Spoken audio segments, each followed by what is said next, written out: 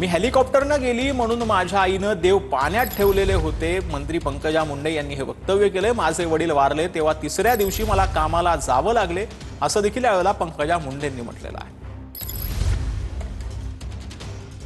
स्वतःचे वडील वारले, तिसऱ्या दिवशी मला कामाला जावं लागलं. माझी आजी वारली, दुसऱ्या दिवशी काहीतरी इलेक्शन होती, मला प्रचाराला जावं लागलं. माणसाला राजकारणामध्ये बाहेरून दिसतं की अरे यांच्या आजूबाजूला बॉडीगार्ड आहेत, हे तर विमानाने फिरतात, हेलिकॉप्टरने फिरतात. तुम्हाला काय माहितीये की त्या विमानाने आम्ही का फिरतो, हेलिकॉप्टरने का फिरतो? कारण आम्हाला तुमच्यापर्यंत पोहोचायचं असतं, जास्तीत जास्त काम करायचं असतं. आज सकाळपासून माझी आई देव पाण्यात घालून बसली. पंकजा विमानाने गेली, हेलिकॉप्टरने गेली, तिने सुखरूप पोचावं, तिच्या जीवाला एवढी काळजी वाटत होती.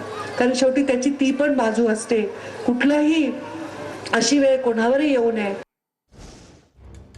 राष्ट्रवादीच्या कार्यकर्त्यांना पोरकं वाटतं होतं म्हणून सुनेत्राताईंनी शपथ घेतली असं मुश्रीफांनी म्हटलेलं आहे. सुनेत्रा पवारांच्या शपथविधीवरून मंत्री हसन मुश्रीफ यांनी ही प्रतिक्रिया दिली आहे. छगन भुजबळ, प्रफुल्ल पटेल, सुनील तटकरेंना विलन ठरवण्याची गरज नाही असं देखील यावेळेला हसन मुश्रीफ यांनी म्हटलं.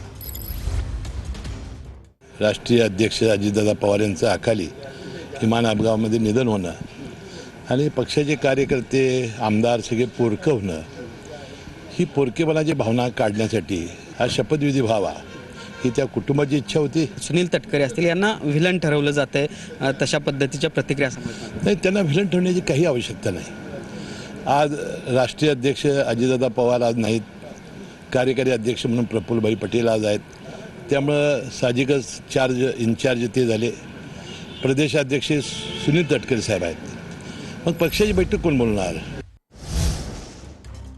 तर बारामती विमानतळावर खासगी विमान चॉपर लँड होतात असं धनंजय महाडिक यांनी म्हटलंय. त्यामुळे तिथे सर्व सुविधा नव्हत्या असं देखील धनंजय महाडिक यांनी म्हटलंय. बारामती विमान दुर्घटनेनंतर सर्व विमानतळांवर सर्व सुविधा बंधनकारक करणार असल्याचं धनंजय महाडिक यांनी म्हटलेलं आहे.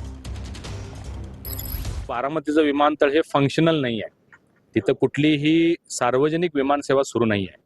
ते सध्या फक्त प्रायव्हेट विमानांनी चॉपर लँड होतात इतक्या पुरतच मर्यादित होतं. त्यामुळे या सगळ्या व्यवस्था तिथं झालेल्या नव्हत्या. परंतु कालच्या दुर्घटनेनंतर अशा पद्धतीचे अनेक देशामध्ये असणारे एअरपोर्ट्स आहेत, त्या ठिकाणी या सगळ्या सुविधा आता बंधनकारक केल्या जाणार आहेत. कोल्हापूर मात्र आपलं सुसज्ज आहे. सगळ्या ज्या सिस्टीम्स असतात, रडार सिस्टीम असेल, फायर फायटिंग इक्विपमेंट्स, आपल्याकडे ज्या गाड्या आलेल्या आहेत त्या आधुनिक दिल्ली एअरपोर्टवर जशा गाड्या आहेत तशा गाड्या आपल्याकडे सुद्धा आलेल्या आहेत आणि परिपूर्ण असं कोल्हापूरचं विमानतळ आहे. तर भाजप जातपात किंवा धर्माचं राजकारण करत नाही असं नरेंद्र मेहतांनी म्हटलंय. सक्षम नेतृत्वाला भाजप प्राधान्य देतो असं देखील नरेंद्र मेहतांनी म्हटलंय. मीरा भाईंदरमध्ये अमराठी महापौर होणार असल्यानं विरोधक आक्रमक झालेत. महापौर निवडणुकीमध्ये भाजपाकडून डिंपल मेहता निवडणुकीच्या रिंगणात आहे.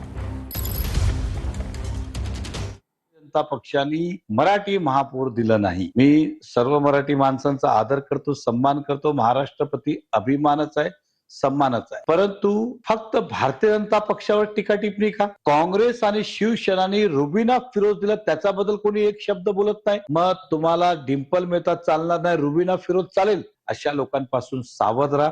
हे कधी कोणाची होत नाही. या दोन समाजामध्ये आग लावण्याचं काम करतात आहे. त्यांनी कधी कुठला भेदभाव केला नाही आणि भारतीय जनता पक्षाने सुद्धा केलं नाही आणि मिनी सुद्धा केलं नाही. आमचं एकच आहे, या शहराचे 15 लाख नागरिकांची सेवा करणं, त्यांचा विकास करणं, त्यांचे प्रश्न